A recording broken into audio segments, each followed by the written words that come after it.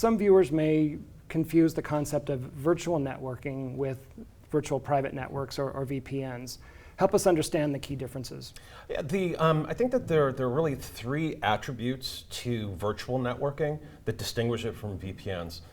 Virtual networks are inherently dynamic in terms of where the resources are.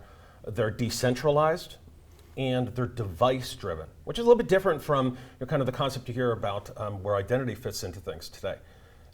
In typical VPN environments, you're creating a very static, a very controlled environment, and oftentimes you're utilizing areas like gateways or using ways to be able to route your traffic through a cloud or a central point. That sometimes creates a choke point and certainly becomes a challenge in modern networking when you've got people that are trying to do things like hybrid cloud, where they're trying to put resources or trying to put containers in various places. And what that calls for in a VPN, when you try to extend a VPN into that, is that you find yourself having to put those gateways and those resources and creating a very complex environment to do what is really very fundamental connectivity. Help us understand a bit better why a company would implement something like virtualized networking into their own ecosystem.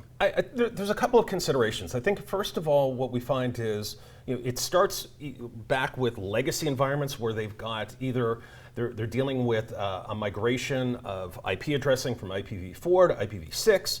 They're dealing with multiple protocols. For example, in IoT, there's a host of different protocols you could be running. You're not restricted just to use IP.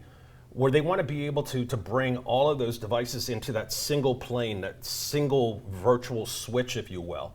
What they're able to do with something like ZeroTier is they're able to actually bring those devices in and have the addressing be independent of your traditional kind of routing ecosystem that you would have.